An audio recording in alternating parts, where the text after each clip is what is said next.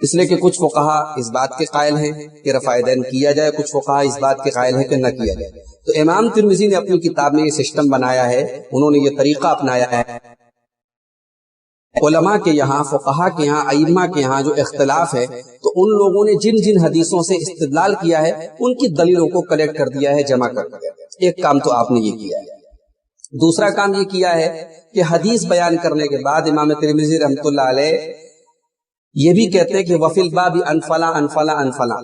مثال کے طور پر اگر ایک حدیث حضرت ابو ہریرہ رضی اللہ عنہ سے روایت ہے تو امام ترمذی ساتھ میں یہ بھی بتاتے ہیں کہ یہ حدیث اور کن کن صحابہ سے روایت ہے۔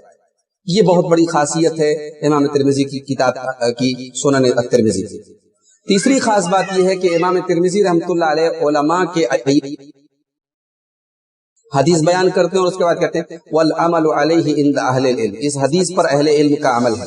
اگر زیادہ تر اہل علم کا اس حدیث پر عمل ہو تو کہتے ہیں والعمل علیہ عند عامۃ اہل العلم، اس حدیث پر عام طور پر اہل علم کا عمل ہے، والعمل علیہ عند بعض اہل العلم۔ یہ امام ترمذی کا طریقہ ہے۔ اختلاف ہے امام ترمذی رحمۃ اللہ علیہ وہ بھی بیان کر دیتے ہیں۔ فقہ کے ایک طالب علم کے لیے جو علم فقہ کو سیکھنا چاہتا ہے اور نصوص کے سلسلے میں اور احادیث کے سلسلے میں فقہا کے یہاں جو اختلاف ہے اگر اس کو سمجھنا چاہتا ہے تو امام ترمذی یہ کتاب بہت مفید ہے اس کے۔ محترم ناظرین، ترمذی کی تیسری خاص بات یہ ہے کہ امام ترمذی رحمۃ اللہ علیہ حدیثوں کو بیان کرنے کے بعد ان کا حکم بھی بیان کرتے ہیں۔ اگر حدیث ضعیف ہے تو اس کا ذوب بھی واضح کرتے ہیں، اگر حدیث کے اندر کوئی راوی صحیح نہیں ہے، راوی کے صحیح نہ ہونے کا بھی ذکر کرتے ہیں۔ یہ امام ترمذی رحمۃ اللہ علیہ کی اس کتاب کی خاص بات ہے۔ امام ترمذی نے اس کتاب الشمائل المحمدیہ میں جمع کر دیا ہے اور تقریباً 397 حدیثوں کو امام ترمذی رحمۃ اللہ علیہ نے اپنی اس کتاب میں کلیکٹ کیا ہے۔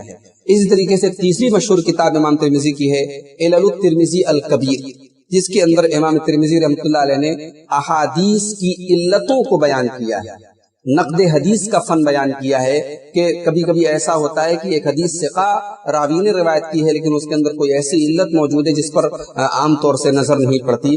امام ترمذی رحمۃ اللہ علیہ نے اس فن کو اپنی اس کتاب میں واضح کیا ہے اور ایسی حدیثوں کو پیش کیا ہے جو معلول ہے، جن کے اندر علتیں پائی جاتی ہیں۔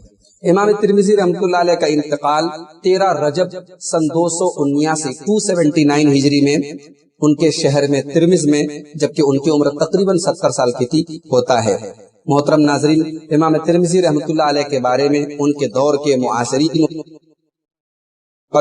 اور ان کے بعد کے علماء نے بھی جو ان کے بارے میں ریمارکس کیے ہیں، جو کمنٹس کیے ہیں، جو تبصرے کیے ہیں، ان سے آپ کی جلالت شان اور آپ کے علمی مقام و مرتبے کا اظہار ہوتا ہے۔ چنانچہ امام الحاکم جو خود بہت بڑے محدث ہیں کہتے ہیں سمعت عمر بن علق، میں نے حضرت عمر بن علق کو یہ کہتے ہوئے سنا مات البخاری فلم یخلد بخراسان مثل ابی عیسیٰ، امام بخاری دنیا سے گئے اور انہوں نے خراسان میں جو ان کا وطن تھا ابو عیسیٰ یعنی امام الترمذی کے جیسا کوئی شاگرد نہیں چھوڑا، فی العلم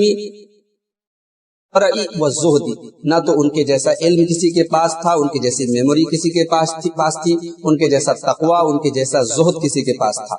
بکا حتی عمی، کہتے ہیں کہ امام ترمذی راتوں کو رویا کرتے تھے اللہ کے خوف کی وجہ سے، یہاں تک کہ وہ اندھے ہو گئے، ان کی بینائی چلی گئی۔ وبقی ضریرا سنین، اور کئی سال تک انہوں نے نابینا ہونے کی یعنی اندھے پن کی زندگی گزاری، اور اسی حال میں ان کا امام ترمذی کے خوف و خشیت الہی کا یہ عالم تھا۔ امام ابن الاثیر کہتے ہیں کان الترمذی اماما حافظا له تصانیف حسنہ منها الجامع الکبیر وهو افضل الکتب، کہتے ہیں کہ امام ترمذی امام تھے، حافظ تھے، ان کی کئی ایک اچھی کتابیں ہیں، جس میں سے ایک ان کی جامع ترمذی ہے جو تمام کتابوں میں سب سے بہترین کتاب ہے۔ ابن اماد الحنبلی کہتے ہیں وَكَانَ مُبْرِزًا عَلَى الْأَقْرَانِ آیَةً فِي الْحِفْظِ وَالْإِتْقَانِ، امام ترمذی رحمۃ اللہ علیہ اپنے دور کے لوگوں پر فائق تھے، ان سے ان کا مقام اونچا تھا، اور حفظ میں، میموری میں اور مضبوطی میں وہ ایک نشانی تھے۔ امام اسماعیل الہروی کہتے ہیں جامع الترمذی انفع من کتاب البخاری و مسلم، کہتے ہیں کہ امام ترمذی کی جو کتاب ہے جامع ترمذی، یہ صحیح بخاری اور صحیح مسلم سے زیادہ مفید کتاب ہے۔ کیوں؟ لأنہما لا یقف علی الفائدۃ منہما الا المتبحر العالم، اس لیے کہ صحیح بخاری اور صحیح مسلم سے فائدہ وہی اٹھا سکتا ہے جو عالم متبحر ہو، جو بڑا ہو، والجامع یصل الی فائدتہ کل احد، لیکن امام ترمذی کی کتاب سے ہر کوئی فائدہ اٹھا سکتا ہے۔ یہ امام الہروی کا کمنٹ ہے جو امام ترمذی کی کتاب کو صحیح بخاری اور صحیح مسلم سے زیادہ مفید بتا رہے ہیں۔ محترم ناظرین، اب چلتے چلتے آخر میں ایک اہم بات آپ کو یہ بھی بتانا چاہوں گا کہ امام ترمذی کا جو وطن تھا ترمذ، تو ترمذ کے دو محدثین اور مشہور ہیں جن کے نام کی وجہ سے لوگ عام طور سے دھوکہ کھا جاتے ہیں۔ میں چاہتا ہوں کہ ان دونوں محدثین کی بھی آپ کے سامنے وضاحت کر دوں۔ امام ترمذی کے وطن ترمذ کے ایک مشہور محدث تھے ابو عبداللہ محمد بن علی، ان کو حکیم الترمذی کہا جاتا ہے۔ ان کی ایک حدیث کی کتاب ہے نوادر الاصول، لیکن یاد رکھیے یہ کتاب من گڑھت روایتوں سے، غیر معتبر روایتوں سے بھری پڑی ہے۔ ان کی اس کتاب کو امام ترمذی کی کتاب نہ مانی جائے۔ یہ امام دوسرے محدث ہیں، ان کو حکیم الترمذی کہا جاتا ہے، اور دوسرے ان کے شہر کے محدث ہیں امام ابو الحسن احمد بن حسن الترمذی، یہ بڑے پائے کے محدث ہیں، امام احمد ابن حنبل کے اصحاب میں سے ہیں، سن 240 ہجری میں ان کی وفات ہوئی۔ محترم ناظرین، یہ امام ترمذی کی زندگی کے بارے میں کچھ اہم باتیں ہم نے آپ کے سامنے اپنے مطالعے کی روشنی میں بیان کی ہیں۔ مقصد یہ ہے ان محدثین کی زندگیوں کو بیان کرنے سے کہ ان کی قربانیاں، ان کی محنتیں، ان کے اوصاف، ان کے کمالات ہمارے سامنے آئے۔ ان کی کتابوں کو ہم پڑھتے رہتے ہیں، لیکن ان کی محنت اور ان کی زندگی کے بارے میں بھی ہم جانیں تاکہ ان کی خدمات کا صحیح اندازہ ہمیں ہو سکے۔ محترم ناظرین، اب ہم آپ سے ودا لیں گے۔ اللہ تعالیٰ سے دعا کرتے ہیں الہ العالمین امام ترمذی رحمۃ اللہ علیہ کو تو اپنی رحمتوں سے ڈھانپ لے۔ انہوں نے اپنی کتاب کے ذریعے امت کی ایک بڑی خدمت کی، اور اللہ کے رسول صلی اللہ علیہ وسلم کی حدیثوں کو دنیا کے سامنے محفوظ کرنے کا ایک بڑا کام انہوں نے کیا۔ رب العالمین کورونا وائرس کی وبا سے ہم سب کی حفاظت فرما۔ رب العالمین ہمارے ملک میں جو اس بیماری کو ہندو مسلم کا رنگ دے دیا گیا ہے، اے اللہ اس کوشش کو تو ناکام کر دے۔ رب العالمین ملک کا جو امن و سلامتی کا شیرازہ ہے اس کو تو منتشر نہ ہونے دے۔ ملک کا جو بھائی چارہ ہے اے اللہ تو اس کو ہم سب کو برقرار رکھنے کی توفیق عطا فرما۔ اے اللہ جھوٹوں کے اوپر تیری لعنت ہو، تو جھوٹوں کے جھوٹ کو دنیا کے سامنے بے نقاب کر دے۔ رب العالمین ساری دنیا کے لوگوں کو اس وبا سے جلد راحت عطا فرما۔ اس وبا کے چلتے لوگوں کے کاروبار بند ہیں، لوگوں کی روزی روٹی بند ہے، اے اللہ سب کے کاروبار کو دوبارہ بحال کر دے۔ رب العالمین مسجدوں میں عبادت بند ہے، مسجدوں کے دروازے کھول دے، ہمیں مسجدوں میں سہولت کے ساتھ نماز ادا کرنے کی توفیق دے، حرمین کے دروازے کھل جائیں، حرمین کی رونق دوبارہ لوٹ جائے۔ رب العالمین اس کی توفیق عطا فرما، آمین۔ وآخر دعوانا ان الحمد للہ رب العالمین۔ السلام علیکم ورحمۃ اللہ وبرکاتہ۔